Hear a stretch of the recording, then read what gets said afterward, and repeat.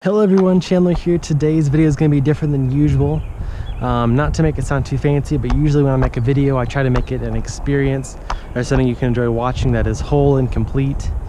Today is not going to be like that. I'm going to be just trying to do one trick. Try to kickflip on this Ripstick, which is very different than my usual skateboarding. And I'm just going to kind of talk to myself, I guess, and to you on what I'm doing wrong and how to do it better, and see if I can improve on those things and kind of learn it with you watching. So let's just go for it with no attempts before this. I've done it before, but it's been a couple years. Oh, the Ripstick flipped, but I was so off balance that I couldn't stay on top of it. All right, so let's try to fix that. I'm going to try to treat this like a skateboard in every way possible, as in my foot placement is the same, my shoulder distribution weight is the same, to where I'm leaning back at the beginning and moving forward slightly. So, like it's a skateboard, setting up, flicking, and hoping to land. I totally missed it, obviously, because it's not a skateboard. So I was flicking where the thing does not exist. So let's keep the weight the same, my distribution of weight, starting back here going forwards, flicking and expecting to land. I think, I guess I'm starting to talk to you guys now. I'll just try. Okay. Flick at the corner. Right about there is what I'm going to try to flick. And right here. Oh, I can't. There's a car coming. So I'll go back up here and try. Oh gosh, my back foot can't be like a kickflip. Okay. So I think right now what I'm gonna try to do is have my foot covering up a quarter possibly of this, flicking to that end piece right there. My back foot has to be square on the tail rather than in the corner, because this thing is so finicky because it only has one wheel. I've actually had this thing longer than I've been skateboarding, because I've had it for like 8 years and it's done pretty good. What I was gonna say earlier is a lot of skateboarding is expecting or knowing that you're gonna land it, so you fully commit to it. I think that's when you're trying something new and you've never done it before. You actually landing it is a lot harder than after you've landed it once, because you've never experienced what it feels like to land that trick. So me going into it just thinking this is a kickflip, I've done it a million times, I think will help. So let's try to get a good second attempt or third attempt.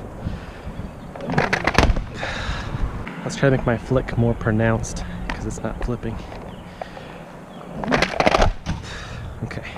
By far that first attempt was my closest one, so I'm gonna go back and watch that clip in slow-mo and try to figure out what I did very naturally at the time and see if I can replicate that again.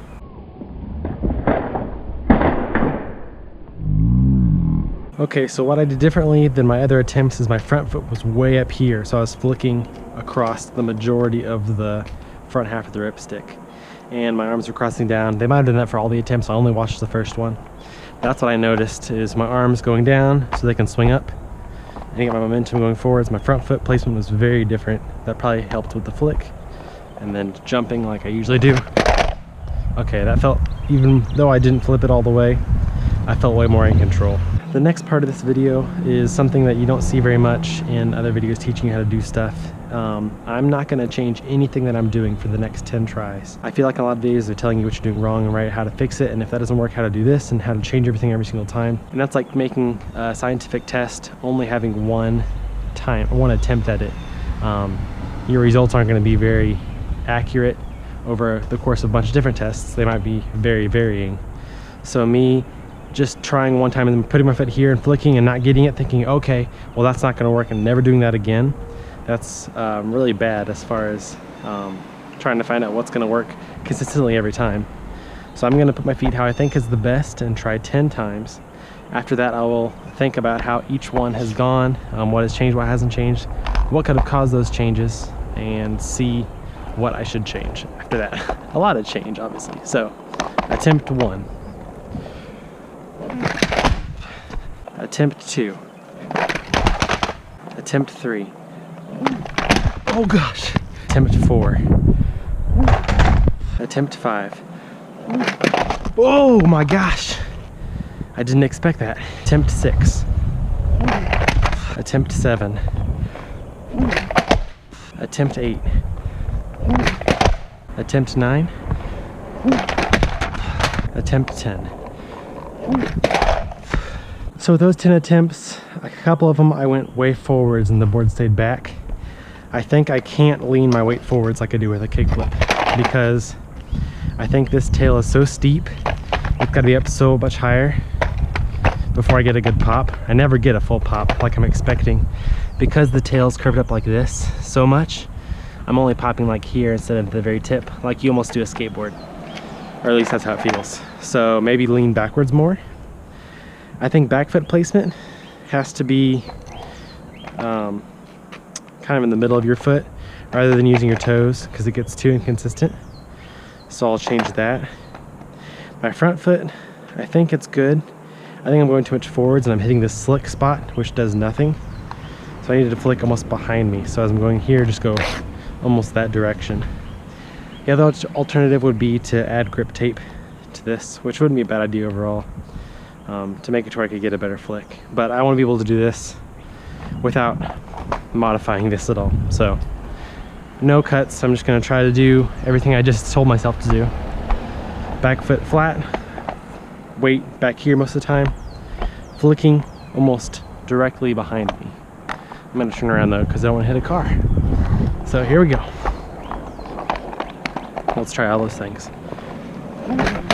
Oh my gosh. Okay. What might help too is not to expect a full pop from this, just to get the front off in the air so I can flick it, because it's not going to be as pretty as a skateboard. I think once I get used to landing and flicking and stuff, then I can move on to making the whole trick better. But let's try again. Okay, my back foot was wrong. Oh. What I'm thinking is the more foot I have on here, the more chance I have of flicking it and the more control I'll have. If I have my foot more on the edge of it, I have to move less, but I can flick faster. I guess make the board flip more with more power. So power and control is kind of what you're giving and taking. But we don't really want power right now since it's not super heavy. It's more heavy than a skateboard, but shouldn't have to power too much. Okay. Oh my gosh.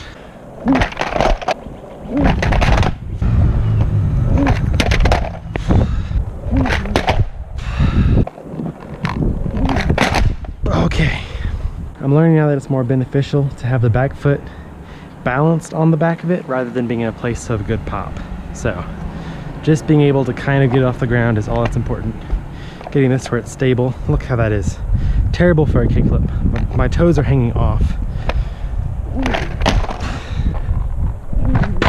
Oh, that doesn't count.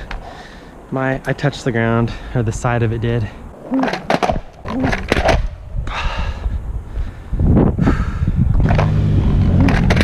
Okay, almost pre-motor ripstick. That's a scary thought.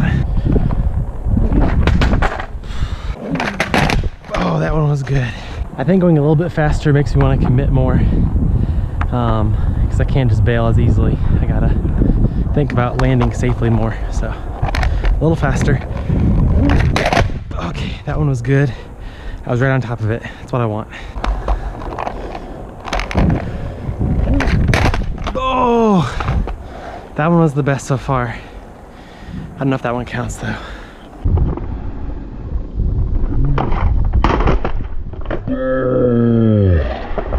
I'm gonna say that one counted. It wasn't the prettiest one I know, but it was a good enough one for me. So I hope you enjoyed watching this video.